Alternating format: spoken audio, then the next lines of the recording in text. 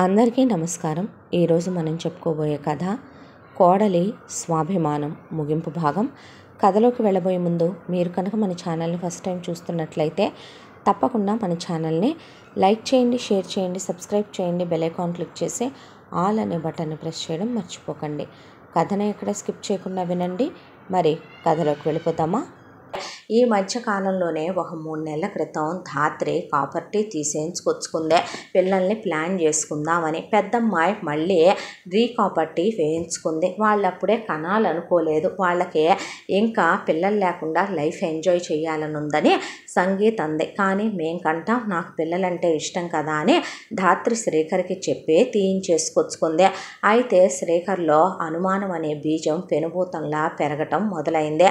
ఒకరోజు ఆఫీస్ నుంచి వచ్చేటప్పుడు శ్రీకర్ అక్క రమ్మంది, ఈరోజు మనం అక్కడికి వెళదాంరా అనేసరికి, ఎందుకు పద్దాక, మొన్నేగా వాళ్ళు వచ్చి వెళ్ళారు, పద్దాక వెళ్ళటం ఏమైనా పద్ధతి అంటావా? మనకు మాత్రం పనులుండవంటావా? పద ఇంటికి వెళ్దాం, అమ్మ ఒక్కటే ఉంటుంది, పద్దాక రోడ్లు పట్టుకొని ఊరేగటం, కొంపలు పట్టుకొని తిరగటం ఏమి సంస్కారం అని కుదరదని చెప్పే అనేసి ఆ అమ్మాయిని తీసుకొని ఇంటికి తీసుకొచ్చాడు. ఎప్పుడూ లేనిది ఎవరిని తప్పుగా మాట్లాడండి, తన మొగుడు అలా మాట్లాడటం ఏంటి? చాలా బాధ అనిపించింది. ఎప్పుడు వచ్చినట్టే సాగర్ డబ్బుల కోసం వస్తే, బాగున్నావా శ్రీకర్ అంటే అన్నాడు. అసలు ఎవరితో అలా మాట్లాడో, ఏదో డబ్బులు ఇస్తున్నాం కదా అని అడుక్కునే వాళ్ళతో మాట్లాడినట్టు అలా మాట్లాడితే, అన్నం తింటున్న సాగర్ అన్నంలో చేయగడిగేసి డబ్బులు ఇవ్వబోతే, నువ్వే అకౌంట్లో వేసేసే ధాత్రే, లేదంటే ఇక నుంచి పెద్దోదిన దగ్గర ఇచ్చేసి సంగీత దగ్గర తీసుకుంటానని చెప్పి వెళ్ళిపోయాడు సాగర్. ఇంటికి వచ్చిన వాళ్ళని అన్నం ముందు కూర్చుంటే అవమానంగా అలా విదిలించినట్టుగా మాట్లాడి పంపించటం, వాళ్ళ వైపు అదొక రకంగా అసహ్యంగా అన్నం వైపు వాళ్ళ వైపు చూడటం, శ్రీకర్ ఎందుకు ఇలా తయారయ్యాడని ఆ అమ్మాయికి బాధగా అనిపించింది. ఇక ఆ తర్వాత నుంచి సంగీత వాళ్ళు ఎప్పుడైనా వచ్చినా కూడా వాళ్ళతో మాట్లాడించకుండా పోవటం, పద్దాక వీళ్ళకి పని పాట ఏమీ ఉండదా, కొంపలు పట్టుకొని తిరగటమేనా పని, ఇల్లు వాకిళ్ళు ఏమీ లేవా, వచ్చారే అనుకో, నువ్వెందుకు అంత చనువుగా ఉంటావు మీ బావతో, నువ్వెందుకు అంత చనువుగా ఉంటావు మీ అక్క మామగారితో, మన హద్దుల్లో మనం ఉండాలి. ఆకు ముళ్ళు సామెత చెప్పాడు, ముల్లెళ్ళి ఆకు మీద పడ్డా, ఆకెళ్ళి ముళ్ళు మీద పడ్డా చిరిగేది ఆకేనని గుర్తుపెట్టుకోమంటే, ఆ అమ్మాయి అలా చూసేసరికి, నీకే చెప్తున్నాను జాగ్రత్తగా ఉంటావని, ఎవరు ఎలాంటి వాళ్ళు తెలుసుకొని మసిలితే మంచిదే, రేపొద్దున చేతులు కాలేక ఆకులు పట్టుకుంటే ఏ ప్రయోజనం ఉండదని వెళ్ళిపోయాడు. ఇలా ప్రతిదానికి కూడా తేడాగా మాట్లాడటం, తేడాగా ఉంటాం ఆ అమ్మాయికి చిరాగ్గా అనిపించింది. ఇద్దరి మధ్య మాటలు తగ్గినాయి, ఇద్దరి మధ్య సఖ్యత లోపించడం మొదలైంది. అత్తలో నుంచి మెల్లిమెల్లిగా అత్త బయటకు వస్తోంది. విదిలించటం, విసుక్కోవటం, పని అమ్మాయిని మాన్పించటం, ఇంట్లో పని అమ్మాయిని చేయమనమంటాం, అంట్లు తోము నువ్వే, ఇక నుంచి పనమ్మాయి రాదు, బట్టలు ఉతుకు నువ్వే, ఆ వాషింగ్ మిషన్లో ఇవ్వకు, అన్నం కూరలు వండు నువ్వే, టిఫిన్ నువ్వే చెయ్యి, నేను ఆఫీస్కి వెళ్ళాలి అత్తమ్మా అంటే, మానే ఆఫీసు, నువ్వు రెండూ మేనేజ్ చేయలేకపోతే, మేనేజ్ చేయాలనుకుంటే గనక ఇంట్లో పని చేసేళ్ళు, ఏ అమెరికాలో ఉండే వాళ్ళందరూ పనివాళ్ళు లేకుండా ఇంట్లో పనులు చేసుకొని ఆఫీసులకు వెళ్ళట్లా, వాళ్ళకి మొగుళ్ళు హెల్ప్ చేస్తారు అత్తమ్మ, నా కొడుకునేమి నేను పాచి పనులు నేర్పి పెంచలేదు మరి, ఇంకో పనమ్మాయిని మాట్లాడుకోవచ్చు కానీ ఆ అమ్మాయి 100 మంది పని వాళ్ళని మాట్లాడినా వాళ్ళకి డబ్బులు ఇచ్చి పంపించేయటం, వాళ్ళని మాన్పించేయటం మొదలుపెట్టింది. ఈలోపు కాపట్టి తీయించుకొని కూడా ధాత్రి చాలా రోజులు అయిపోయేపాటికి ఆఫీసులో ఆ అమ్మాయికి వామిటింగ్స్ అయ్యి కళ్ళు తిరిగినట్టు అనిపించే, వెంటనే శ్రీకర్ని రమ్మని ఫోన్ చేస్తే హాస్పిటల్కి వెళ్తే ఆ అమ్మాయి ప్రెగ్నెంట్ అని 4th మంత్ కూడా దాటిపోయి 5th మంత్లోకి వచ్చింది, చూసుకున్నట్టు లేరు అని చెప్పిన తర్వాత చాలా హ్యాపీగా శ్రీకర్ ఆ విషయం అందరికీ చెప్పాడు. చెప్పేసరికి తెగ ఆనందపడిపోయాడు మోహన్ రావు. ఎప్పుడెప్పుడు మనవడో మనవరాలో పుడతారనే సంబరం ఆయిందే. పుట్టింటి సీమంతం జరిపించారు చాలా గ్రాండ్గా, 5వ నెలలో జరిపించిన తర్వాత ఇక అల్లుడు కూతురుతో ఇదివరకు ఇట్లా కాకుండా మళ్ళీ శ్రీకర్ మారిపోయి పెళ్ళాం కడుపుతో ఉంది అనేపాటికి ఆ అమ్మాయికి కాళ్ళు ఒత్తటం, ఆ అమ్మాయికి వామిటింగ్స్ అయితే వాంతులు పట్టడం, ఆ అమ్మాయికి తనే స్నానం చేయించడం, హాస్పిటల్ తీసుకెళ్ళటం, జ్యూసులు తాగించడం, ఆ అమ్మాయి అర్ధరాత్రి క్రేవింగ్స్ అంటే వెళ్ళి 2ంటికి, అర్ధరాత్రి 3ంటికే ఐస్ క్రీములు తీసుకురావటం, తనే బిర్యానీ తినాలనుందంటే రాత్రి 2ంటికి బిర్యానీలు కుక్ చేసి పెట్టడం, పెళ్ళాన్ని ప్రేమగా చూసుకోవటం, టైంకి ట్యాబ్లెట్లు వేయటం, ఇక పెళ్ళాం కోసమనే అని చెప్పి అలాగే తను ఎక్కువ ఈ ఇంట్లోనే ఉండటం, దానికి తోడు నువ్వు మానేసేటప్పుడు నేను మానేసి వర్క్ ఫ్రమ్ హోమ్ పెట్టుకుంటానని మా సార్కి చెప్పానని చెప్పటం, ఇదంతా చూసి ప్రభావతి మళ్ళీ భరించలేకపోయింది. దీన్ని ఉండనివ్వకూడదమ్మా, దీన్ని ఉండనిస్తే నేను ప్రశాంతంగా ఉండలేనురా దేవుడా అనుకొని మొత్తానికి తన ప్లాన్ సిద్ధం చేసుకుంది. ఆ ప్లాన్కి ఆజ్యం పోస్తున్నట్టుగా మోహన్ రావు వచ్చి ఆయనకి పంచప్రాణాలు ఆయన కూతుళ్ళిద్దరూ, అంటే అసలు పెద్ద వియ్యంకుడు వాళ్ళ ఇంటికి వెళ్తే గనక వాళ్ళు అసలు ఆయన్నే రానివ్వరు, వెళ్తే ఊళ్ళోనే ఉంటున్న 10-15 రోజులు ఉంచుకొని కానీ పంపరు. పెద్ద కూతురు వైభోగాన్ని, సంతోషాన్ని, ఆనందాన్ని చూసి ఒక తండ్రిగా 2 కళ్ళు చాలక గుండె నిండిపోయేస్తాడు ఆయన. ఇక్కడ ప్రభావతి ధోరణిలో కాస్త పలకరించటాలు అవి తగ్గినా మొగుడు పోయాడనే దిగుల్లో ఉందేమోలెమ్మనమని చెప్పి ఆయన పెద్దగా పట్టించుకోడు. వచ్చి శ్రీకర్తో ధాత్రిని బయటికి తీసుకెళ్తానయ్యా అని చెప్తే అలాగే తీసుకెళ్ళండి మావయ్య అని పంపించాడు. ఆయన కూతురుతో చాలా రోజులైంది సినిమా చూసని సినిమాకి తీసుకెళ్ళి కూతురుకు కావలసిన చీరలు కొనిపెట్టి, నగలు కొనిపెట్టి, కూతురు కోసమని ఏం తినాలనుందని తినేవన్నీ కొనిపెట్టి, స్వీట్లన్నీ పార్సిల్ చేయించుకొని పిల్లని తీసుకొని ఆయన ఊరంతా తిరగటం మొదలుపెట్టాడు కారులో సంబరంగా. మధ్యాహ్నం కాసేపు పుట్టింటికి తీసుకెళ్తే భాగ్యం చాలా రకాలు వండితే ఆయనే పిల్లని ఒళ్ళో కూర్చోబెట్టుకొని తాతయ్య నవ్వుతున్నానరా తాత అనే, కడుపులో మనవడున్నాడో మనవరాలుందోననే యూనిసెక్స్ బట్టలు కూడా కొనుంచానమ్మా అని కూతురుకు చూపించి, బూట్లు చూపించి ఆ అమ్మాయి కళ్ళల్లో దుఃఖంతో కన్నీళ్లు కారిపోయినాయి. అలాంటి తండ్రి నిజంగానే ఏ ఆడపిల్లలకి ఉండటం కూడా చాలా అరుదు. కొంతమంది ఫాదర్స్ డబ్బు పిచ్చిలో పడిపోతే పిల్లల్ని పట్టించుకోరు, కానీ ఆయన అలా కాదు, చాలా ప్రయారిటీ ఇస్తాడు కూతుళ్ళకి, భార్యకి. అంత మంచి తండ్రికి కూతురుగా పుట్టానని ఆ అమ్మాయి ఏడుస్తుంటే ఈ సమయంలో నీ కళ్ళల్లో కన్నీళ్లు రాకూడదని ఒళ్ళో పడుకోబెట్టుకొని మీ అమ్మ కడుపులో నువ్వు ఉన్నప్పుడు ఇలా ఉండేది అలా ఉండేది అని చెప్తుంటే వింటూ ఆయన ఒళ్ళో కాసేపు పడుకుందే అలా ధాత్రే. అక్కడ అలా జరుగుతూ ఉంటే ఈలోపు ప్రభావతి గదిలో నుంచి వెక్కిళ్ళు పెట్టి ప్రభావతి పెద్ద పెద్దగా ఏడుస్తున్న సౌండ్లు వస్తుంటే పక్క గదిలోనే ఉన్న శ్రీకర్ తల్లికి ఏమన్నా అయిందేమోనని పరిగెత్తుకుంటూ వెళ్ళాడు. ఏమైందమ్మా అనంగానే, అయ్యా నీకు అన్యాయం జరుగుతుందిరా, కడుపు చించుకుంటే కాళ్ళ మీద పడుద్దని నీ దగ్గర ఓ పెద్ద నిజం దాశాను, క్షమించయ్యా అని, మీ నాన్న ఆత్మ కూడా శాంతించదురా అయ్యా అని, నీకు అక్రమం జరిగిపోతుందయ్యా, నువ్వు చేసుకొచ్చింది పెద్ద ఫెలయాలు వేసి అయ్యా. ఊరుకోమ్మా, ఎందుకు ఆ మాటలు కడుపుతూ ఉందే, నాన్న మళ్ళీ మాకే పుట్టబోతున్నారు, నువ్వు బాధపడకు, ఎలా పుడతాడురా, నీకు మీ నాన్న మగతనం లేకుండా అనేపాటికి ఏం మాట్లాడుతున్నావమ్మా అన్నాడు శ్రీకర్. అనేసరికి తను ఆల్రెడీ కొంత డబ్బు ఇచ్చి తీసుకొచ్చిన ఫేక్ రిపోర్ట్స్ శ్రీకర్కి ఇచ్చే, 10th క్లాస్లో ఉన్నప్పుడు నువ్వు క్రికెట్ ఆడటానికి వెళ్ళావు గుర్తుందా, అప్పుడు నీకు బంతి నీ మర్మాంగాల దగ్గర తగిలింది గుర్తుందా, అప్పుడు నిన్ను హాస్పిటల్కి తీసుకెళ్ళాను నేను గుర్తుందా అంటే, అవును నాకేం కాలేదని చెప్పాడుగమ్మా డాక్టరు అన్న తర్వాత, నువ్వు సంసారానికి పనికొస్తావు కానీ నీకు పిల్లలు పుట్టేన్నారో నొక్కుకుపోయి చిట్లిపోయిందని డాక్టర్ ఆ రోజే నాకు చెప్పాడయ్యా. చెప్పిన తర్వాత కూడా కొంతకాలానికి నీకు తెలియకుండా పాలల్లో వాటిల్లో వీటిల్లో మందులు కలిపి ఇన్నేళ్లుగా నీకు వాడుకుంటూ వచ్చాను. నువ్వు ఆత్మన్యూన్యతతో ఎక్కడ నలిగిపోతావోనని ఈ విషయం అసలు నీకు చెప్పలేదు.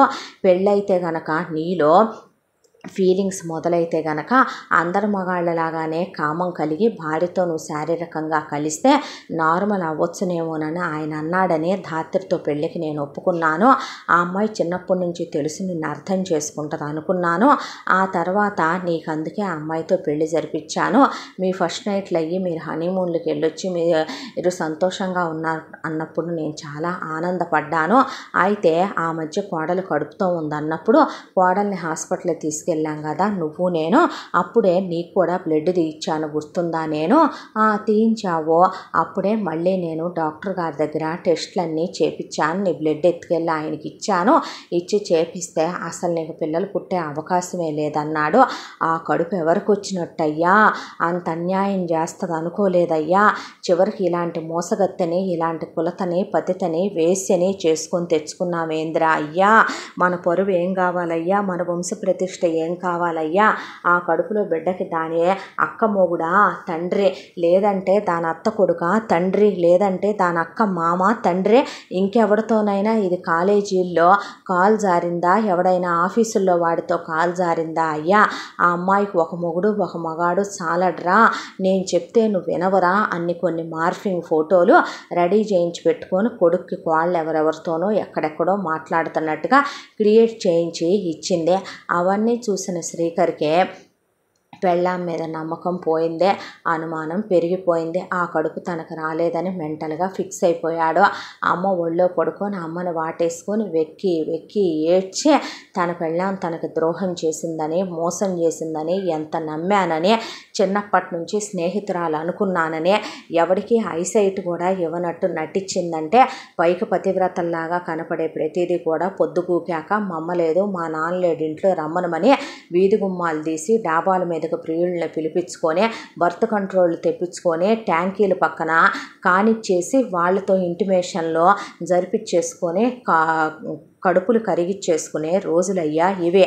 అలాంటి దాన్ని ఏమని నమ్మావురా నువ్వు అని ఎంత అన్యాయం చేసిందయ్యా నీకని బావురుమని ఏడ్సేపాటికే అప్పుడే వాళ్ళ నాన్న తీసుకొచ్చి దింపి వెళ్ళాడు. ధాత్రిని లోపలికి వచ్చింది. వచ్చి నాన్న ఎన్ని ఇప్పించాడో చూసారా అత్తయ్య, మీకోసమని ఎంత సాఫ్ట్గా ఉన్నాయో చూడండి, ఈ కాటన్ చీరలు 1/2 డజన్ తీసుకున్నాను, మీకు నచ్చితే ఇంకా కొందాం అన్న తర్వాత ఎందుకో మొగుడు అదోలా ఉండటం ఆ అమ్మాయి గమనించిందే. స్నేహితుడే కాబట్టి, ఆ అమ్మాయి చిన్నప్పటి నుంచి చూసిన వాడే కాబట్టి తండ్రి పోయాడనే దిగులా, లేదంటే కనుక ఇంకేమైనా ఆఫీసులో ప్రాబ్లమా, హెల్త్ బాగాలేదా అనే ఒక పక్క కడుపుతో ఉన్న ఆడపిల్లైనా నెలలు నిండుతున్న పిల్లైనా ఏమైందిరా ఏమైందిరా ఏమైందిరా అని 100 సార్లు అడిగితే ఓపెన్ అప్ అయిపోయి ఆ కడుపు ఎవడికొచ్చిందే అన్నాడు శ్రీకర్. ఎవడికొచ్చేదేంటి, పిచ్చి పట్టిందా? నేను ఎవరితో అయితే తాళి కట్టించుకున్నానో, ఎవరినైతే ప్రేమించానో, ఎవరైతే నా ఫ్రెండో వాళ్ళకే వచ్చిందని చెప్పరా మీ నాన్నకే? నాటకాలు ఆడకే బ్రోతల్ దానా, బ్రోకర్ దానా, ఎవరితో కాలు జారితే వచ్చిందే ఆ కడుపు? నీ అత్త కొడుకుతో కాలు జారావా? సాగరగాడ ఆ కడుపులో బిడ్డకి తండ్రి. నీ అక్క మొగుడుతో కాలు జారావా? గౌతమ్ గాడ ఆ బిడ్డకి తండ్రి. నీ అక్క మామతో కాలు జారావా? ఆ ఆనందరావు గాడ నీ కడుపులో బిడ్డకి తండ్రి. ఎందుకింత మోసం చేశావే? ఎందుకింత ద్రోహం తలపెట్టావు? ఆఫీసులో ఎవరితో కులుకుతున్నావా? నీకేం తక్కువ చేశానే? నీకు నగలు లేవా? బట్టలు లేవా? మనకేమైనా ఆస్తిపాస్తులు లేవా? ఉద్యోగం అంటే నేను వెళ్ళొద్దన్నానా? ఏం తక్కువ చేశానే? చిన్నప్పటి నుంచి కలిసే పెరిగాం, కలిసే చదువుకున్నాం అనుకున్నాను. నేనైనా 3 అమ్మాయిల దగ్గర ఫ్లిప్ అయ్యాను. నేను వర్జిన్ కాదు. ఒక్కొక్కళ్ళతో 10 to 30, 40 టైమ్స్ నేను ఇంటిమేట్ అయినా అన్నీ తెలిసి నువ్వు నన్ను చేసుకున్నావు అనుకున్నాను. అలాంటిదే నువ్వు పతివ్రతవని నేను అనుకుంటే నన్ను పిచ్చెదవని చేసి నుంచోబెట్టేశావేంటే ఎలాగా అనేపాటికి ఏం పిచ్చి పట్టింది నీకు? ఏంటి మాటలు, దెయ్యం పట్టిందా ఏంట్రా నీకు? ఏం మాట్లాడుతున్నావో అర్థమవుతుందా నువ్వు? ఏమైంది నీకు? ఏ దెయ్యం పట్టింది, ఏ పిచ్చి పట్టిందిరా నీకు అని ఆ అమ్మాయి గట్టిగా గూటిచ్చి అడిగి మోకాళ్ళ మీద కూర్చొని ఏమైంది శ్రీకర్ నీకు అంటే రిపోర్ట్లు తెచ్చి ఆ అమ్మాయి మొహం మీద విసిరి కొట్టాడు. నాకు 10th క్లాస్లో క్రికెట్ ఆడేటప్పుడు దెబ్బ తగిలిందని నీకు తెలుసు. అప్పుడు అమ్మ హాస్పిటల్ తీసుకెళ్తే డాక్టర్ ఇలా చెప్పాడంట, నా తల్లి కాబట్టి నేను ఇన్నాళ్ళు ఎక్కడ కుంగిపోతానోనని మందులు వాడిందంట మా అమ్మ. నీకు కడుపు వచ్చిందనగానే మా అమ్మ నాకు టెస్టులు చేయించితే డాక్టర్ నాకు పిల్లలే పుట్టరని చెప్పాడంట. మరా కడుపు ఎవడికి వచ్చిందే? నువ్వు మీ బావతో చనువుగా ఉండేది అబద్ధమా? వాడికి నువ్వు ప్రతి నెలా డబ్బులు ఇవ్వాల్సిన అవసరం ఏంటే? ఎక్కడైనా వాడు మెయిల్ ప్రాస్టిట్యూషన్ చేసి నీకు వీర్యదానం చేస్తున్నందుకు ఇచ్చావా? నీ అక్క మొగుడితో నువ్వు చనువుగా ఉండేది అబద్ధమా? నీ అక్క మామతో నువ్వు చనువుగా ఉండేది అబద్ధమా అనేపాటికి ఏం పిచ్చి బాగుడు బాగుతున్నావని ఆ అమ్మాయిని ఒక్కటేస్తే కడుపుతో ఉందని కూడా చూసుకోకుండా ఆ అమ్మాయి దవళ్ళు పగలగొట్టి, నువ్వు ఈ నిమిషమే వెళ్ళిపోవాలనుకుంటే నా జీవితం నుంచి వెళ్ళిపోవే బజారు దానా, నీలాంటి వేసని కులతని నేను ఏమని పెళ్ళాంగా ఉంచుకోమంటావు? పద మర్యాదగా వెళ్ళి ఆ కడుపు కరిగిచ్చేసుకొని వద్దుగానే. చేసుకున్న పాపానికి 10 మందిలో పరువు తీసుకోలేం కాబట్టి నీ బాబు పెద్ద పత్తిత్తు కబుర్లు, మీరు పతివ్రతలని కూతుళ్ళు నీతులు చెప్తాడు.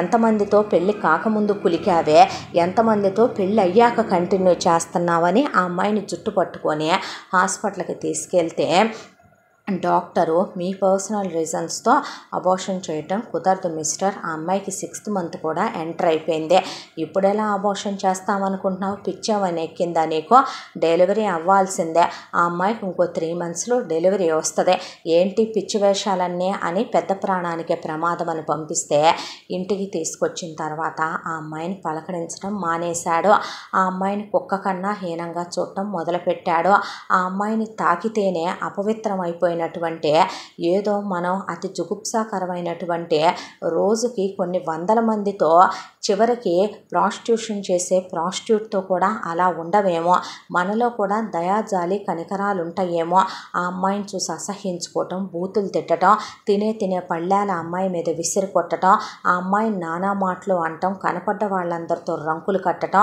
ఆ అమ్మాయి తినేటప్పుడు అత్త పళ్ళెని తీసేయటం, ఆ అమ్మాయిని కడుపు నిండా తిండి కూడా తినకపోవటం, వెట్టి చాకిరీ చేయించడం, ఆ అమ్మాయిని నానా హింసలు పెట్టడం, అత్త చేయి చేసుకోవటం, ఈ విషయాలన్నీ ఆ అమ్మాయి కన్నవాళ్లతో చెప్తే ముక్కలు ముక్కలుగా నరికేస్తాడు ఆ అమ్మాయి వాళ్ళ నాన్న, చివరికి సాగర్ కూడా ఊరుకోడు. ఇక గౌతమ్ ఆనందరావు గురించి అయితే చెప్పాల్సిన విషయమే కాదు, కానీ తను ఇప్పుడు అలా చేయటం కరెక్ట్ కాదు, అలా చేస్తే నిజంగానే ఉన్నమాట అంటే ఉలికెక్కువని, నువ్వు వేసివి కాబట్టే నా కొడుకు అంటున్నాడే నిన్ను అని అత్త అన్నమాట నిజం చేసినట్టు ఉంటుందనే ముందు అసలు ఆ రోజు మొగుడు విసిరి కొట్టిన రిపోర్ట్స్ కబోర్డ్లోనే ఉంటే తీసి ఏ హాస్పిటల్లో చూసి ఆ హాస్పిటల్ని వెతుక్కుంటూ వెళ్తే చిన్న బాత్రూమ్ అంత గదిలో ఉంది, వాడు ఒక MBBS డాక్టర్ కూడా కాదు, అయితే ఆ హాస్పిటల్లోకి వెళ్ళి ఆ రిపోర్ట్స్ వాడి ముఖాన కొట్టి, ఇవి ఫేక్ రిపోర్ట్స్, నువ్వు ఎందుకు ఇచ్చావు ఇలా ఫేక్ రిపోర్ట్స్, అసలు నీకేం రైట్ ఉందని ఇచ్చావు, అతను నా భర్త, అతనితో ప్రతి రాత్రి కాపురం చేసిన దాన్ని నేను 4 సంవత్సరాలుగా కాపురం చేస్తున్నాను, అతను మగాడో కాదో నాకు తెలీదా, కడుపు నాకు రాలేదని చెప్పి బల్లగుద్ది చెప్తున్నాడు అతను, నువ్వే వాళ్ళమ్మకి ఈ రిపోర్ట్లు ఇచ్చావంట, మర్యాదగా నువ్వు జరిగిందేంటో నాకు కనుక చెప్పకపోతే, ఆనందరావు గారు తెలుసు కదా నీకు, మోహన్ రావు గారి కూతుర్ని నేను, ఆనందరావు గారికి కోడలనవుతాను నేను, వాళ్ళ కోడలి చెల్లెల్నే, నిన్ను రోడ్డు మీద ఈడ్చుకుంటూ వెళ్ళి కుక్కను కొట్టినట్టు కొట్టి జైల్లో వేయించితే నీకున్న ఈ బుడారేకులు గది కూడా మూసేసుకోవాలరా నువ్వు, ఏం జరిగిందో చెప్పకపోతే పగిలిపోద్ది నీకు అని చెప్పి గట్టిగానే అడిగింది ధాత్రే. దాంతో మమ్మల్ని అంటావేంటమ్మా, ఇదంతా చేయమనమంది మీ అత్త, 5 లక్షల రూపాయలు ఇచ్చింది నాకు, ఇలా ఫేక్ రిపోర్ట్స్ క్రియేట్ చేసి ఇమ్మనమందే, నువ్వు వాళ్ళ అబ్బాయి లైఫ్లో ఉండకూడదందే, నీ మీద అనుమానం వచ్చేలాగా క్రియేట్ చేసింది మీ అత్త, నీ మొగుడికి ఇలా చెప్పుకుంటూ వచ్చింది నీ అత్త, ఇదంతా చేసింది నీ అత్త, నాతో నీ అత్త ఏం మాట్లాడిందో నేను ఎందుకైనా మంచిదని వీడియో తీసుకొని పెట్టుకున్నాను చూడమంటే, అది నా కొడుకు లైఫ్లో ఉండకూడదని, ఇప్పటికే నా కొడుకు మనసులో అనుమాన బీజాలు నాటానని, వాడి బ్రెయిన్ వాష్ చేయటం మొదలుపెట్టానని, వాడి తల్లో విషాన్ని నింపానని, అది వాడి బతుకులో ఉండకూడదని, కానీ అది కడుపుతో ఉందన్న తర్వాత వాళ్ళు చేంజ్ వచ్చిందని, దాన్ని వాళ్ళ లైఫ్లో నుంచి శాశ్వతంగా దూరం చేయాలనుకుంటున్నానని డాక్టర్తో ప్రభావతి చెప్పిన మొత్తం వాడు రికార్డ్ చేసుకున్న ఇచ్చి, ఆ తరువాత వాడు మొత్తం నిజాలన్నీ చెప్పాడు ధాత్రికి. చెప్పిన తర్వాత మరి మా బోటోళ్ళ బతుకులదేముందండి, మీరు రూపాయి ఇస్తే మీ వైపు, వాళ్ళు రూపాయి ఇస్తే వాళ్ళ వైపు అని చెప్పాడు డాక్టర్. ఆ తర్వాత ధాత్రి వాడది చెప్పినందుకు ఒక 5 లక్షలు చెక్కాడు మొహం మీద పడేసి, అక్కడి నుంచి డైరెక్ట్గా వీళ్ళిద్దరితో పాటు చదువుకున్న ఒక అమ్మాయి ల్యాబ్ టెక్నీషియన్గా చేస్తూ ఒక ఫేమస్ ల్యాబ్లో వర్క్ చేస్తోంది, ఆ అమ్మాయి దగ్గరికి వెళ్ళి కలిసింది. ఆ అమ్మాయి స్వరూప.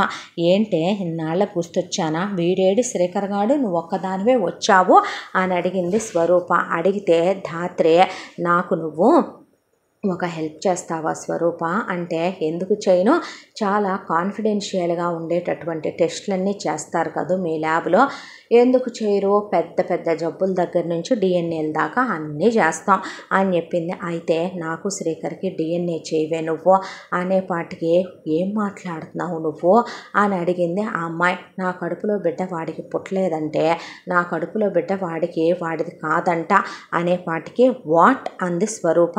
అనేసరికి ఆ డాక్టర్ గారు చెప్పిన వీడియోలు, ఆ తర్వాత ఆ డాక్టర్ గారు ఇచ్చిన వీడియోలు మొత్తం స్వరూపకు చూపించి, ఇలా జరుగుతుంది, ఇలా కొడుతున్నాడు, ఇలా తిడుతున్నాడు, వాళ్ళమ్మ ఇలా టార్చర్ పెడుతుంది, ఇదంతా ఆ పాము కక్కిన విషయం అంట.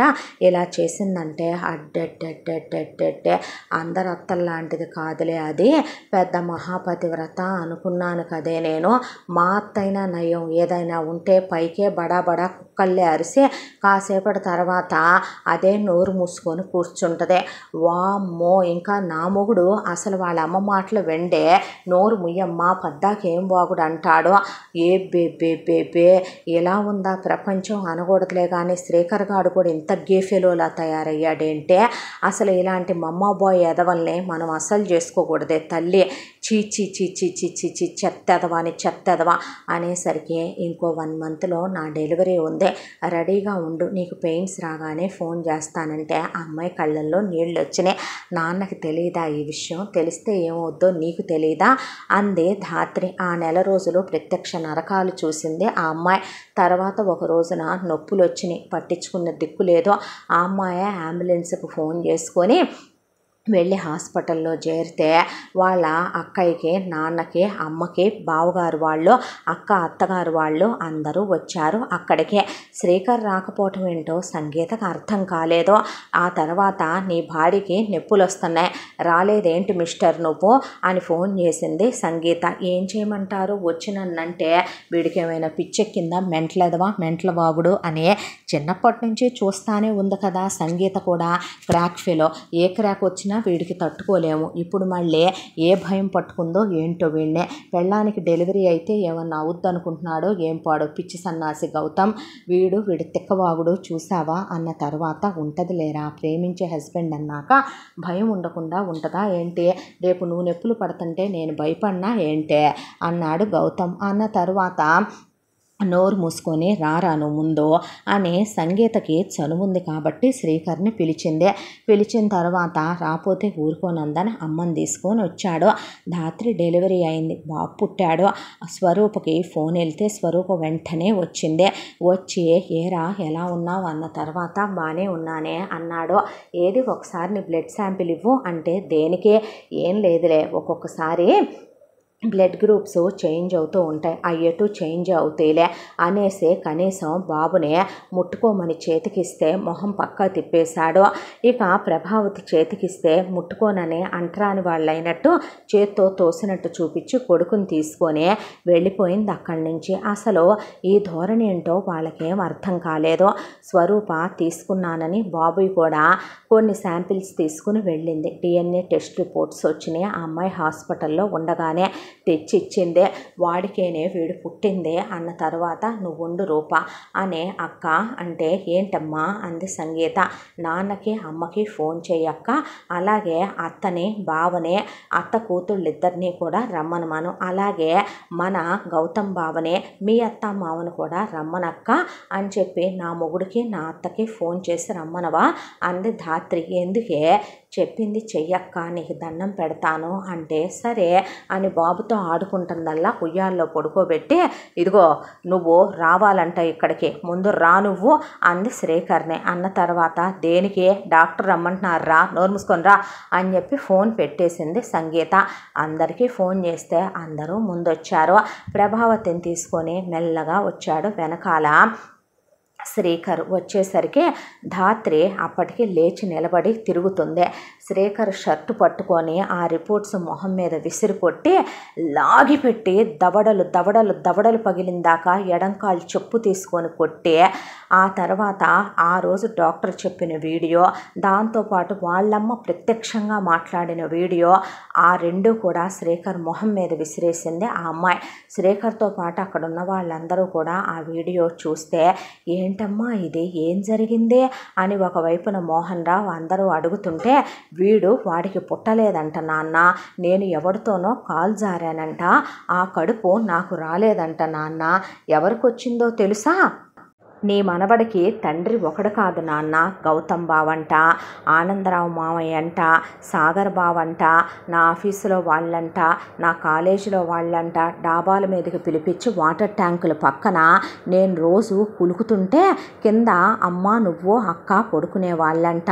అక్కే బెడ్షీట్లు మార్చేదంట. నాకు ఏమంటున్నావు నాన్న, ఏం వింటున్నావో అర్థం అవుతుందా నాన్న నీకు అని చెప్పి మోహన్ రావు అన్నాక, నిజం నాన్న, ఇదిగో చూడు ఈ వీడియోలన్నీ అని ఆయన చేతికిచ్చేపాటికే నిర్ఘాంతపోయే మోహన్ రావుతో పాటు రాజ్యలక్ష్మి, ఆనందరావు, గౌతమ్ లేచి నుంచున్నారు. సాగర్తో పాటు కాంతం కూడా నీ బతుకుచ్చాడా, నా మేనగోడల్ని నేను చేసుకొని తీసుకెళ్ళినా కూడా దాన్ని ఇలా అనేదాన్ని కాదు కదే, ఎంతోటి మగాడు దొరకడని భావన కాదనుకున్నావేమే, పనికి మాలిందానా, నువ్వు కూడా పెద్ద బజారు సంతలాగా ఉన్నారు ఈ సంత కోసమైనా భావన కాదనుకున్నావు.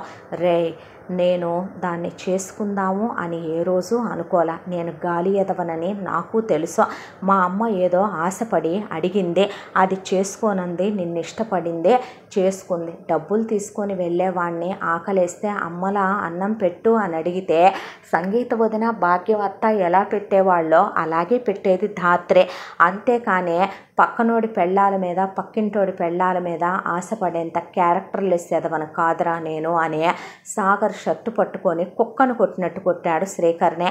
అక్క మొగుడంటే బావని వరుసకు అన్నంత మాత్రాన నాకు అక్క చెల్లెళ్ళు లేరని సొంత చెల్లెలు అనుకున్నానరా రాస్కెల్, స్కౌండ్రల్, ఈడియట్. ఎలా రంకులు కట్టాలనిపించిందిరా నీకని గౌతమ్ ఒక ఎడత ఇవ్వటం అయిపోయింది. ఆనందరావు అయితే అసలు నువ్వు మగాడివేనంటరా, నీ బాబు పోయాళ్లే, నీకు తండ్రి లేళ్ళెమ్మని చెప్పి నేను ఎక్కడ ఏకాకిని అనుకుంటావో, ఎవరూ లేరనుకుంటావో, మేమున్నామనే ఆవిడ నేను పెద్దమ్మ వరుస అవుతే నేను పెదనాన్న వరుస అవుతానని వస్తే చివరికి నీ అమ్మను పట్టుకొని లాగానా నేను? రే ఏముందనరా దాన్ని పట్టుకొని లాగటానికి? చిటికేస్తే అందగత్తెలో రోజుకు 100 మంది వస్తారు. నాకు అలవాటు ఉంటే నీ అమ్మకు పక్కింటోళ్ళ మొగుళ్ళని ఎదురింటోళ్ళ మొగుళ్ళని పిలుచుకునే అలవాటు ఉందేమో కానీ నా భార్యను తప్ప పరాయి ఆడదాని వైపు కన్నెత్తి చూసే అలవాటు నాకు లేదురా. నీలా క్యారెక్టర్లెస్ ఎదవన కాదు నేనన్నాక, చిన్నప్పటి నుంచి నిన్ను చూశానురా, చిన్నప్పటి నుంచి చూస్తుంటే నువ్వు మంచోడు అనుకున్నా. నీ బాబు పోతే అన్ని కాగితాలు మూవ్ చేయించి పెట్టి డబ్బులు వచ్చేలా చేశాను. మీ ప్రాపర్టీలన్నీ మీ చుట్టూ ఉన్నవాళ్లే మింగేయటానికి రెడీగా ఉంటే జాగ్రత్త చేసి పెట్టాను. చివరికి నీ అమ్మ లాంటి ఒక క్యారెక్టర్లెస్ ఆడది చెప్పిందని నా కూతురు క్యారెక్టర్ మీదే నిందేస్తావంట్రా అనే దవడలు వాయించేశాడు మోహన్ రావు. ఒక పక్కన ప్రభావతిని పట్టుకొని జుట్టు బీకి కింద పడేసి ఒకవైపున సంగీత, మరొక వైపున సంగీత అత్త రాజ్యలక్ష్మి, మరొక వైపున భాగ్యం, ఇంకో వైపున కాంతం కలిసి కుక్కని కొట్టినట్టు కొట్టారు. కాంతం కూతుళ్ళు కూడా జుట్టు పట్టి పడేసి కొరికేసి తుక్కు కింద బాదారు. ఎందుకు చేశావమ్మా నువ్వెలా అని అడిగాడు శ్రీకర్. అడిగితే నీ వల్లే చేశాను, నువ్వేగా చిన్నప్పటి నుంచి నాతో క్లోజ్గా ఉండేవాడివే, నువ్వేగా చిన్నప్పటి నుంచి నేనే నీకు అన్నీ అనేవాడివే. ఇదొచ్చిన తర్వాత ప్రయారిటీలు తగ్గిపోయాయిగా నీకు నాకు మధ్యలో. ఇదొచ్చిన తర్వాత అడ్డమైపోయిందని దీన్ని లేకుండా చెయ్యాలనుకున్నాను అనేపాటికి ఓ పంచేరా చేతగాని ఎదవా, పెళ్ళాం దగ్గరికి వెళ్ళి చేసేయన్నీ నీ అమ్మ గదిలోకి వెళ్ళి చేసుకో, ఎందుకురా నీకు పెళ్ళాం, పనికి మాలిన సన్నాసే. అందుకు కాదంట్రా మీ అక్క అమెరికా వెళ్ళిపోయి నీ అమ్మకు ఫోన్ కూడా చేయదు, మీ కొంపకు కూడా రాదంటే ఏమో అనుకున్నాము అనేపాటికి నన్ను క్షమించమని ధాత్రి కాళ్ళు పట్టుకున్నాడు. బాబు నా బాబేనని నేను ఒప్పుకుంటున్నానన్నాడు. స్వరూప, ఎవడికి రా నువ్వు భిక్షేసేదే? కాలేజీలో నువ్వు దాని కాళ్ళ చుట్టూ తిరిగావా? అది నిన్ను ప్రేమించిందా? రే దానికి ముందు ముగ్గురినిరా నువ్వు మార్చిందే. నువ్వేమీ వర్జిన్ కాదు, నువ్వేమీ పర్ఫెక్ట్ మగాడివి కాదు. ఒక్కో దాంతో 50 సార్లు నుంచి 100 సార్లు ఇంటిమేట్ అయినా పెద్ద చెత్త ఎదవ్వే నువ్వు. అలాంటి వెధవ్వని తెలిసి కూడా అది ఒప్పుకొని నిన్ను క్షమించి పెళ్లి చేసుకుందే. నీలాంటి క్యారెక్టర్లెస్ ఎదవలకు కూడా ఎన్ని మాటలు వచ్చేస్తాయిరా అని అమ్మాయి కాండ్రిచ్చి ఉమ్మి అక్కడి నుంచి వెళ్తూ ఇప్పుడు కూడా డిఎన్ఏలో వాడిని కొడుకని ప్రూవ్ అయ్యాడని నువ్వు నమ్మలా? నీ అమ్మ చెప్పినవన్నీ అది వెళ్ళి ఆ డాక్టర్ గారి దగ్గర ప్రూఫ్లు తెచ్చింది. నీ అమ్మ ప్రూఫ్లు ఆ డాక్టర్ గారు తీసుకొని పెట్టి డబ్బుల కోసం ఆశపడి ఇచ్చాడు కాబట్టి నువ్వు నమ్మావు. ఇప్పుడైనా నీ అమ్మ నువ్వు పీకేదేముందిరా చెత్తెదవా అని వెళ్ళింది స్వరూప. నీలాంటి వాడితో కాపురం చేస్తే నాలాంటి ఆత్మాభిమానం ఉన్న ఆడపిల్లలందరూ ఉరిపోసుకొని చస్తారా, స్త్రీజాతి సిగ్గుతో తలంచుకుంటుంది. ఇవాళ నీ అమ్మ చెప్పిందని నేను ఎప్పుడూ మీ అమ్మని అంటలేదు. మీ అమ్మ చెప్పిందని నువ్వు నన్ను అనుమానించావు. రేపొద్దున ఎదురింటాము చెప్పుద్ది, పక్కింటాము చెప్పుద్ది, మీ అక్క చెప్పుద్ది, ఇంకెవరో చెప్తారు. మీ అక్కను కూడా అనుమానించాను రా. పాపం మీ అక్కకి ఏ సంబంధం లేదు ఇందులో. కానీ నీలాంటి క్యారెక్టర్లెస్ వెధవలు లోపం నీలో ఉందే, తప్పు నీలో ఉంది, నీకు అనుమానపు జబ్బు ఉందే. అలాంటి నీతో నేనేమని కాపురం చేయగలుగుతానో? ప్రతిసారి నువ్వు తప్పులు చేస్తావు, అనుమానిస్తావు. రేపు మళ్ళీ నాకు ఇంకొక కడుపు వస్తుంది, మళ్ళీ వాళ్ళు నాకు పుట్టలేదంటావు. వీడు నన్ను ఎన్ని నరకాలు పెట్టాడో తెలుసా నాన్న? వీడు నన్ను కడుపుతో ఉంటే కొట్టాడు నాన్న, ఇది కొట్టింది ఆ నాన్న. దాంతోపాటు నన్ను అన్నం తినిచ్చారనుకుంటున్నావా? ఇదిగో డెలివరీ అయిన తర్వాత నేను తిన్నయ్యే పట్టెడు మెతుకులు నాన్న. ఎంతమందితో రంకులు కట్టాడో తెలుసా? ఎన్ని మాటలు అన్నాడో తెలుసా? నేను తినే అన్నంలో ఉమ్మూసింది నాన్న, అదే చాకిరి చేయించింది నాన్న. నా కడుపు తీయించాలనుకున్నాడు నాన్న. క్యారెక్టర్ లెస్ దాన్ని తెలిస్తే నువ్వు ఉరేసుకొని చస్తావన్నారు నాన్న అని చెప్పేపాటికి ఆయన ఆవురుమని ఏడిసి షర్టు పట్టుకొని బయటికి గెంట అవతల పడేశారు శ్రీకర్నే. ఆ తర్వాత ఆ అమ్మాయిని తీసుకొని ఇంటికి వెళ్ళిపోయారు. శ్రీకర్ తనది తప్పు అయిపోయిందని క్షమించమని రోజు వెళ్ళి ఆ అమ్మాయి కాళ్ళు పట్టుకోబోయినా తలుపులేసేసి ఒక 6 నెలల తర్వాత నీ మొహం నాకు చూపించొద్దు, నాలో ఎలాంటి మార్పు రాదు. చిన్నప్పటి నుంచి నేనే నిన్ను అండర్ ఎస్టిమేట్ చేశాను రా. నువ్వు కరెక్ట్గానే సెలెక్ట్ చేసుకున్నావు నన్ను, నా సెలెక్షన్ ఏంటో అంత రాంగ్ అయిపోయింది అని మ్యూచువల్కి అప్లై చేస్తే నేను విడాకులు ఇవ్వనన్నాడు. బాబు నా బాబు అన్నాడు శ్రీకర్. వీడు ఇలా మాట్లాడాడని స్వరూపతో సహా అందరూ ప్రూఫ్లు తెచ్చి ఇలా మాట్లాడింది ప్రభావత్ అని చెప్పిన తర్వాత డివోర్స్ శాంక్షన్ అయిపోయినాయి. ఎలిమనీ కూడా వచ్చేసింది ధాత్రికి. ఆ తర్వాత రోజు వచ్చే అమ్మాయిని విసిగిస్తున్నాడని శ్రీకరు.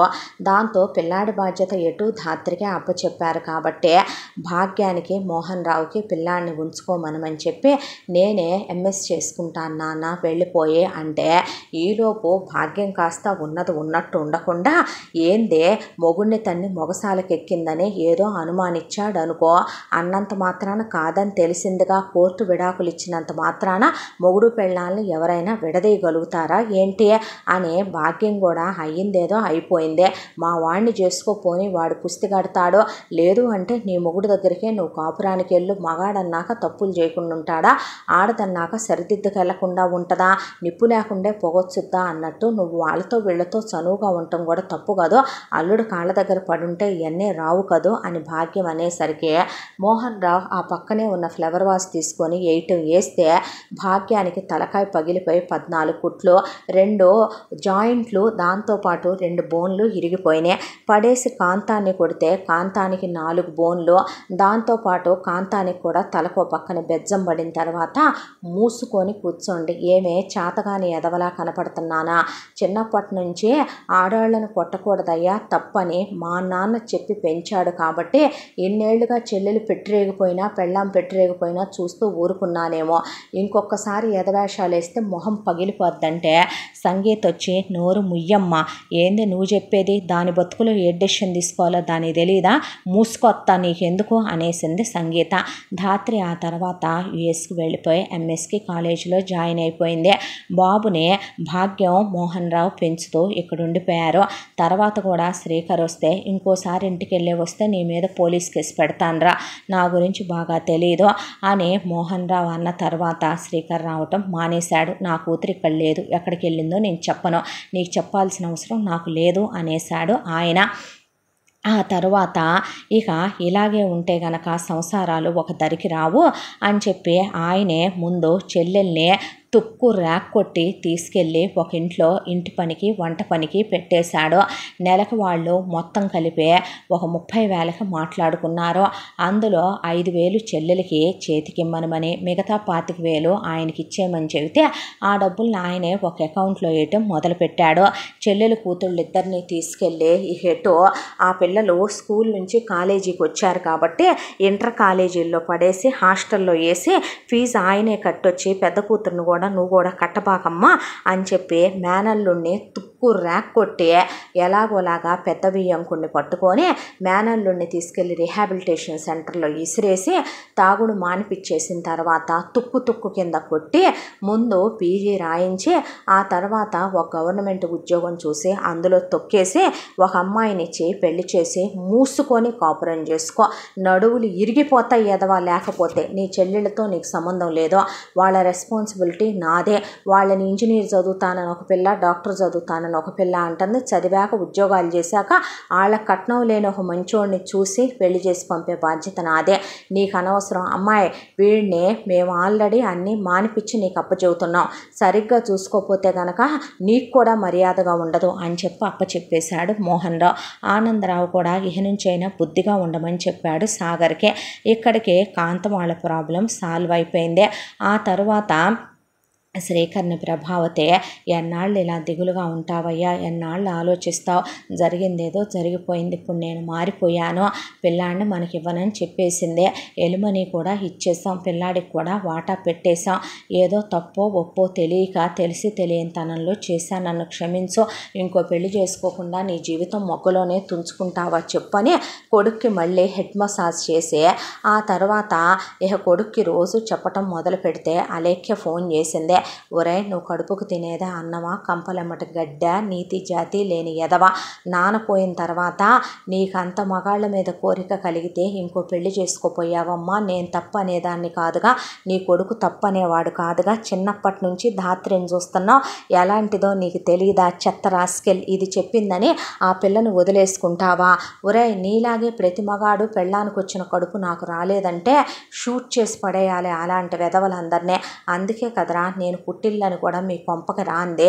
ఇప్పుడు ఇంత పురాణం జరిగిందని తెలిస్తే అసలే మెంటల్ ఎదవ మా మాంగాడు, పెట్టే రూపాయి కూడా మీ బావకు పెట్టకుండా పోతాడు. మీకో నమస్కారం, పుట్టింటికో నమస్కారం బాబు, మీ బతుకులు రాను కుక్కలు కూడా పడవరా, ఇది నా శాపం చూసుకోండి అని ఇంకోసారి నాకు ఫోన్ చేయబాకండి అని ఫోన్ పెట్టేసింది అలేఖ్య. ఆ తర్వాత ఎట్టకేలకి కొడుకుని పెళ్లి కొప్పించుకొని ప్రభావతి ఒక సంబంధం చూసిందే. సంబంధం చూసిన తర్వాత కొడుక్కిచ్చే సుకన్య అనే అమ్మాయిని మాట్లాడి పెళ్లి చేసిందే. చేసిన తర్వాత ఒక 6 నెలల వరకు వ్యవహారం బాగానే ఉంది. 6 నెలల తర్వాత మళ్ళీ సేమ్ ధాత్రి వ్యవహారమే ఇక్కడ కూడా మొదలైంది. మొదలైన తర్వాత మళ్ళీ కొడుక్కి ఆ సుకన్య మీద చాడీలు చెప్పటం ఆ అమ్మాయి పూర్తిగా వినేసింది. ఒక రోజున ధాత్రి లాంటిది కాదు సుకన్య. దాంతో పుట్టింటి వాళ్ళు మొత్తాన్ని పిలిపించింది. శ్రీకర్ని బొడిగల్లోకి సున్నం పోయిందాకా తుక్కు కింద కొట్టి 2 ఏళ్ళు పట్టింది హాస్పిటల్లో. బోన్లు మొత్తం బ్రేక్ అయినాయి, సెట్టే సర్జరీలు చేయటానికి. ఆ తర్వాత ప్రభావతిని కుక్కను కొట్టినట్టు కొడితే ప్రభావతికి 2 ఏళ్ళు పట్టింది సెట్ అవటానికి. ఆస్తి మొత్తం ప్రభావతి పేరు మీద నుంచి శ్రీకర్ పేరు మీద నుంచి సుకన్య పేరు మీదకి మార్చేసుకొని ఇక్కడి నుంచి వాళ్ళ పుట్టింటి ఊరికి తీసుకెళ్ళి ఇక్కడ ఇల్లు అమ్మిచ్చేసి అక్కడ ఇల్లు కొనిచ్చేసి ప్రభావతి పేరు మీద రూపాయి ఆస్తి లేకుండా చేసి విడో పెన్షన్లు రాయించి ప్రభావతికి. ఆ తర్వాత శ్రీకర్ని, నేను ఇప్పుడు కోరిక కలిగిందంటే అప్పుడు నువ్వు నా గదిలోకి వచ్చి సుఖపెట్టాలిరా, ఎందుక వెళ్ళిపోయింది నీ మొదటి పెళ్ళాం అనుకున్నాను, స్నేహితురాలైన ఆ అమ్మాయినే అలా చేశావంటే నేను చూస్తా ఊరుకునే రకాన్ని అనుకుంటున్నావంటరా, నీతి జాతి లేని ఎదవా అని ఆ అమ్మాయి 2 పిల్లల్ని కందే. పిల్లలకి ముడ్లు కడుగుతూ మూతులు కడుగుతూ ఇంటి పని వంట పని 3 అంతస్తులు ఇల్లు గొంది సుకన్య. శ్రీకర్ జీతం తెచ్చి ఆ అమ్మాయికి ఇస్తూ 10 రూపాయలు కావాలన్నా ఆ అమ్మాయిని అడగాలి. ఇంట్లోనే ఉన్న అమ్మతో శ్రీకర్ మాట్లాడకూడదు, ఫోన్ చేయకూడదు. ఆ అమ్మాయి పుట్టింటి వాళ్ళు అదే ఊరు కాబట్టి వాళ్ళు రోజు వచ్చి వెళ్తారు. మధ్యలో ప్రభావతి నోరు లేపుతూ ఉంటుంది. ప్రభావతిని ఇరిసేసి వెళ్తారు వాళ్ళ ఇంట్లో ఆడోళ్ళు. బాడీలో బోన్స్ సెట్ అవటానికి మళ్ళీ ఒక 2-3 నెలలు పడతా ఉంటుంది. ఇక ఇలా రోజులు గడిచిపోతూ ఉంటే అమెరికాకు వెళ్ళిన ధాత్రిదే ఆల్రెడీ ఎంఎస్ అయిపోవటం. ఎంఎస్ అయిపోయిన తర్వాత అక్కడే జాబ్ చేసుకోవటం. ఆ జాబ్లోనే ఆ అమ్మాయికి విక్రాంత్ అనే అబ్బాయి పరిచయం అయ్యాడు. విక్రాంత్కి అంతకుముందు పెళ్ళేమీ అవ్వలేదు కానీ ఒక డీప్ బ్రేకప్ ఉంది. అయితే విక్రాంత్ వాళ్ళ ఇంటికి కూడా తీసుకెళ్ళాడు ధాత్రిని. తీసుకెళ్తే వాళ్ళమ్మ రమాదేవి చాలా మంచిది. ఇండియా నుంచి ఆవిడ్ని తీసుకొచ్చి విక్రాంత్ ఇక్కడే ఉంచుకుంటున్నాడు. నాన్నగారు లేరు. ప్రభావతికి రమాదేవికి అసలు సాపత్యమే ఉండదు. ఆవిడ చాలా మంచిదే. ఆవిడే నిర్మోహమాటంగా మొహమాటం లేకుండా ఇలా బాబున్నాడని ఇలా జరిగిందని చెప్పి ధాత్రి బాధపడింది విక్రాంత్తో, రమాదేవితో.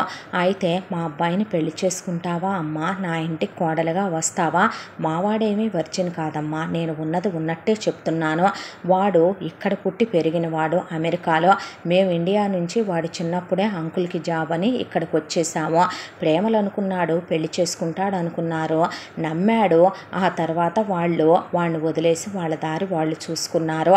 వాడు నీకన్నా ఓ 6 monthsే పెద్దోడమ్మా, పెళ్లి చేసుకోవచ్చుగా, బాబుకు వాడు ఫాదర్ అవుతాడు. తర్వాత నువ్వు కనాలనుకుంటే కిడ్స్ను కను, లేదంటే వాడే నా మనవడవుతాడు, ఆస్తికి వారసుడవుతాడు అని చెప్పింది రమాదేవి. ధాత్రి వాళ్ళని తీసుకొని ఇండియా తీసుకొచ్చింది. విక్రాంత్ని 2 ఏళ్లుగా చూస్తోంది ధాత్రి. చాలా మంచోడు. రాగానే ధాత్రి కన్నా ముందు వెళ్ళి బాబుని విక్రాంతే ఎత్తుకొని ముద్దులు పెట్టుకున్నాడు. పిల్లలంటే చాలా ఇష్టం. రమాదేవి నా మనవడని సంకకి ఎత్తేసుకుందే. వాళ్ళ ఔన్నత్యం చూసిన వీళ్ళు ఆశ్చర్యపోయారు. ధాత్రికి విక్రాంత్కి ఆ తర్వాత ఇండియాలోనే సాంప్రదాయం ప్రకారం పెళ్లి జరిపించాక నేనే మా అమ్మ నాన్నల్ని ఉంచుకుంటాను అని చెప్పి అందే సంగీత. అన్న తర్వాత ఏం కాదో మాతోనే ఉంటారు అన్న తర్వాత ప్రస్తుతానికి ఎవరితోనూ ఉండవులేయ్యా, ఇక్కడే ఉంటాం కొన్నాళ్ల పాటు, ఆ తర్వాత వస్తాంలే అని చెప్పాడు మోహన్ రావు. బాబుని తీసుకొని వెళ్ళిపోయింది ఈసారి ధాత్రి అమెరికాకే. వెళ్ళిన తర్వాత 2 ఏళ్లకి ధాత్రికి ఓ పాప పుట్టింది. సుజిత అని పేరు పెట్టుకున్నారు. ఇక చాలురా, బాబున్నాడు పాపుంది అనే ఆపరేషన్ చేయించేశాడు విక్రాంత్. అత్తగారు చాలా ప్రేమగా చూసుకుంటుంది ధాత్రిని, కాలు కింద పెట్టనివ్వదు. 3 పెళ్ళామిద్దరు ఆఫీస్కి వెళ్ళొస్తారు. అసలు బాబుకి విక్రాంత్ తండ్రి కాదనే, అసలు శ్రీకర్ అనేవాడు ఒకడు తండ్రి అనే విషయం కూడా తెలియనివ్వకుండా పెంచుకురావటం మొదలుపెట్టారు రమాదేవి విక్రాంత్. తన సొంత చెల్లెలేనని సుజిత, తన సొంత కన్న తండ్రేనని విక్రాంత్.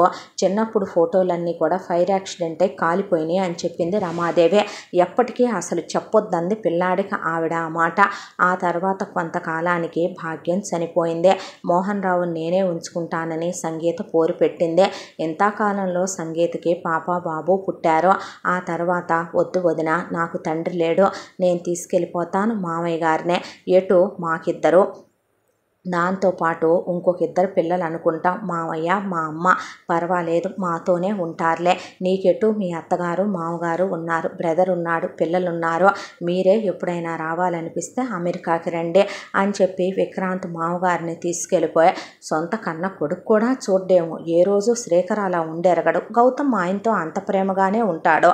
తీసుకెళ్ళి ఆయన హాస్పిటల్లో చూపిస్తూ, ఆయనతో కలిసే జాగింగ్కి వెళ్ళొస్తూ, ఆయనతో జిమ్ముకు వెళ్ళొస్తూ, ఆయన్ని చాలా ప్రేమగా చూసుకుంటూ, అన్నయ్య గారు అది ఇదని రమాదేవి మాట్లాడుతూ, పిల్లలతో ఆడుకుంటూ, పిల్లల్ని కూర్చోబెట్టి ఆయన తెలుగు నేర్పిస్తూ, కథలు చెప్తూ, ఆవిడ ఆటలు ఆడిస్తూ, ఇక వీళ్ళిద్దరూ ఉద్యోగానికి వెళ్ళొస్తూ ఎంతో ఆనందంగా అమెరికాలో ఆ అమ్మాయి లైఫ్ 3 పువ్వులు 6 కాయలుగా సాగిపోతోంది విక్రాంత్తో. ఇక ఇండియాలో సంగీత, గౌతమ్, వాళ్ళిద్దరు పిల్లలు దేవతల్లాంటి రాజ్యలక్ష్మి, ఆనందరావులతో ఎంతో సంతోషంగా గడిచిపోతోంది సంగీత జీవితం. మోహన్ రావు మనసు ప్రశాంతపడింది. కాంతానికి ఓపిక అయిపోయింది అని చెప్పిన తర్వాత, సాగర్ నేనే తీసుకొచ్చి నా దగ్గర ఉంచుకుంటున్నాను మామయ్య అన్నాక, జాగ్రత్తగా ఉండమ్మా, మీ అత్తకు నోరు లేస్తూ ఉంటుంది, చేయి చేసుకునైనా కంట్రోల్లో పెట్టి నా చెల్లెల్ని అని చెప్పాడు మోహన్ రావు. ఆయనే ప్రతి నెల ఓ 10,000 కాంతం ఖర్చులు కానీ మీ అమ్మను ఫ్రీగా ఏమీ చూడొద్దులేరా అని అమెరికా నుంచి వేయటం మొదలుపెట్టాడు. ఆయనకెటు గవర్నమెంట్ ఉద్యోగం రిటైర్ అయి పెన్షన్ వస్తుంది కాబట్టి అందులో నుంచి, ఆయన రిటైర్ అయినప్పుడు ఆయనకి బాగానే డబ్బులు వచ్చినాయి, అందులో నుంచి చెరకు 25 లక్షలు బంగారం పెట్టి ఆయన చెల్లెలు కూతుళ్ళిద్దరికి మంచి మంచి సంబంధాలు చూసి అమెరికా వచ్చే ముందే ఆ పిల్లలిద్దరికి కూడా పెళ్ళిళ్ళు చేసి, డాక్టర్ చదివిన అమ్మాయికి డాక్టర్తో, ఇంజనీరింగ్ చదివిన అమ్మాయికి ఇంజనీర్తో పెళ్లి చేసి వచ్చేసాడు. వాళ్ళు సెటిల్ అయిపోయారు. ఇలా మొత్తానికి అందరి కథలు సుఖాంతమై ఈ కథ ఓ కంచికి చేరింది. ఇంతటితో ఈ కథ సమాప్తం. మళ్ళీ మరొక మంచి కథతో కలుసుకుందాం. తప్పకుండా మన ఛానల్ని లైక్ చేయండి, షేర్ చేయండి, సబ్స్క్రైబ్ చేయండి, బెల్ ఐకాన్ క్లిక్ చేసి ఆల్ అనే బటన్ని ప్రెస్ చేయడం మర్చిపోకండి. ఈ కథను మనకు అందించిన కథా రచయిత్రి జి. యామిని శ్రీనివాస్ గారు. మరో మంచి కథతో మీ ముందుకు వస్తాను. Thank you.